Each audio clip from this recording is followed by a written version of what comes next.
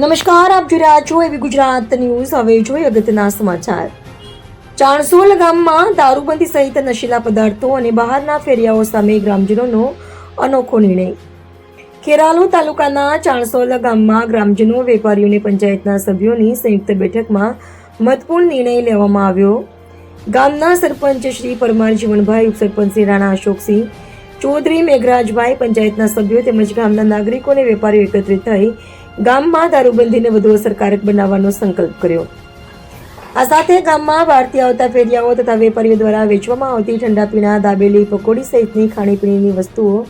અને બાળકોને લલચાવતા 2, 5 અને 10 રૂપિયાના પડીકા જેવી વસ્તુઓના વેચાણને પણ બંધ કરવાનો નિર્ણય લેવામાં આવ્યો છે। ગામના લોકોના જણાવ્યા મુજબ આ નિર્ણયનો મુખ્ય હેતુ ગામમાં સ્વચ્છ અને વ્યસન મુક્ત વાતાવરણ ઊભું કરવું તથા બાળકો અને યુવાનોને નશીલી અને હાનિકારક વસ્તુઓથી દૂર રાખવાનો છે। ગ્રામજનોના સામૂહિક નિર્ણયથી સમગ્ર વિસ્તારમાં ચર્ચા થઈ રહી છે। રિપોર્ટર ભરત પ્રજાપતિ, ચાણસોલ।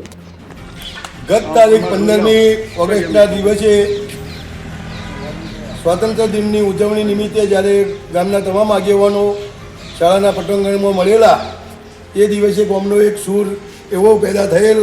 કે ગામે નાના બાળકોના ભાવિ માટે જે પડીકો હાનિકારક હોય, ગામમાં સદંતર પડીકો બંધ કરવો, ગામને વ્યસન મુક્ત બનાવવા માટે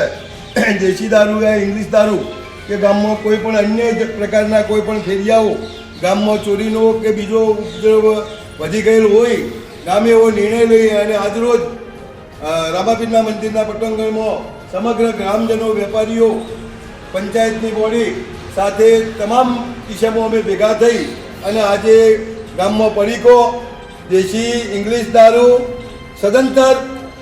ઉપર પ્રતિબંધ મૂકવામાં આવેલ છે અને ગામમાં કોઈ પણ વ્યક્તિ આ પ્રદૂષણ કરશે તો ગામ ભેગા થઈ અને એને દંડની જોગવાઈ પણ કરેલી છે અને ગામમાં બીજી રીતે એને અડધૂત કરવાનો પણ ગામે પ્રયાસ કરેલ છે,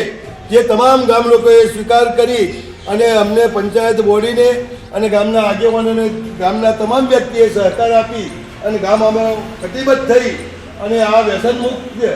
અને બાળકોનું હાનિને અસરકારક ન થાય એવી જોગવાઈ હાથે તમામ ગામ સાથ સહકારમાં સંપૂર્ણ છે